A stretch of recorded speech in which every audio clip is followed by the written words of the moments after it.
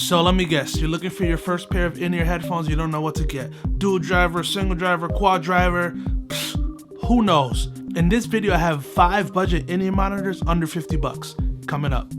Welcome to Worship Influencers, where we help worship leaders and worship pastors with tips and tricks, gear reviews, and ideas on how to bring their worship to the next level. If you're new to this page, consider subscribing. Now let's get into the video. I remember about a year and a half ago, I was looking to get some in-ears. I did a bunch of research, and it was a pain in the behind. I decided to make this video to show you budget in-ears under $50. We're gonna start. This is an in-ear monitor by ME Audio. So at the time of the video, these in-ears came in at $12.99 on Amazon. And I used them for a service last week. One of the things that I liked for $12.99, these in-ear monitors came with a carrying case. One of 2 that had carrying cases, which is kind of a big deal for me. If you figure you're going to rehearsal, you're going to be taking them out, you're going to service, or you're going to go sing at a gig, you want to have them available. So you want to be able to put them in a case to put them away to make sure they don't get tangled. My initial thoughts on the in-ear monitors when I opened them, they felt kind of cheap and flimsy. They didn't create a good seal, and I have little ears. You would expect them to have a pretty good seal in my ears, and I really wasn't expecting much. The sound was very muddy. There was really no separation between the high, mid, and lows, kind of just all muffled. Not a huge fan. The thing that I did like, the left and right decal. Overall, $12.99.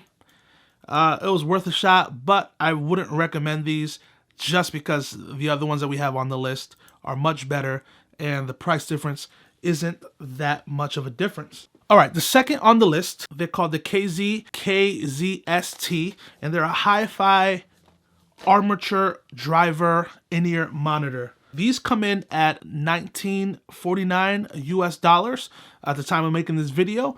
These were the first ones that I tried out of the 5 on Sunday when I was trying them out for $19.49. Can't really go wrong with. It's a dual driver in-ear monitor. I'm going to link a video so they can get kind of in-depth detail on the differences between dual, quad. Just know the quads and up are the best. The more drivers, the better. You get more sound separation, less muddy mix, all that good stuff. But one thing I will say, since these were the first ones that I tried, make sure to check the buds. Make sure that they're in there securely. When I first put them on, I had one get stuck in my ear, and it was quite the process to get it out. And I just hope that you don't go through that because it was a pain in the butt. These do not come with a carrying case. The box is pretty straightforward. It comes with additional silicone tips. It doesn't come with the foam tips like other in-ear monitors that I have tried. You can get separate foam tips. I believe the size for these is 50 millimeters. One gripe that I had, it doesn't give you the left and right decal. Coming out of the box, you have to kind of look at it, kind of figure out which one goes where and make it work. One thing that I did like, it has a good seal. It has a very clear sound, good separation. I would say, for me personally, it needs a little more low end. I like to have a little more bass in my mix. It's pretty good in the highs. I've seen other reviews of other people kind of it peaking in the highs, but I had my mix good at a good level where it didn't really affect it that much.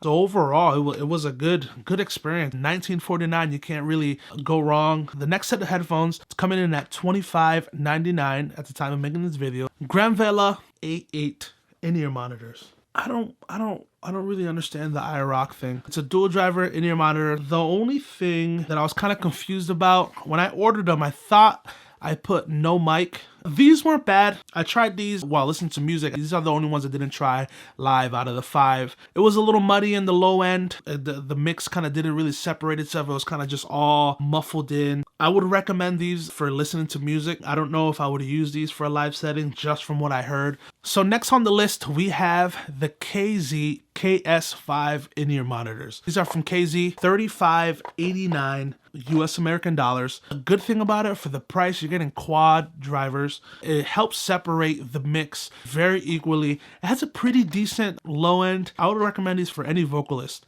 It has a really clear sound, very impressive. After using them for a service, the cable started to tear. I only used it once, but you can buy another cable and have that. A good seal, good fit. It didn't have the foam tip, so I would recommend purchasing the foam tip so you have a better seal. The silicone seal on that isn't better than the foam seal that you would get when you have the foam tips. I would recommend those to any vocalist. I think that's a good in-ear set for piano players, keyboardists, synth players. Lastly on the list, we have the KZ ZS6 in-ear monitors.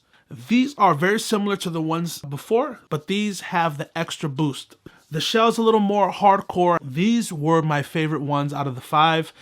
At the time of recording this video, these came out at $46.50. It's a really great price considering the value you're getting out of it. Great comfort, no foam tips, no carrying case, and it doesn't have what I call the together clip, so it doesn't allow you to tie them in the back. They kind of just hang there when you're, when you're listening or when you're in worship and whatnot. I kind of prefer having those together, but that's me. I would recommend those to any musician. Just keep in mind, it's $46. It is a budget in-ear monitors. I will by no means compare these to 64 audio or the Fender that I use. I use the Fender's FX A7. So that's the reference I have for in-ear monitors.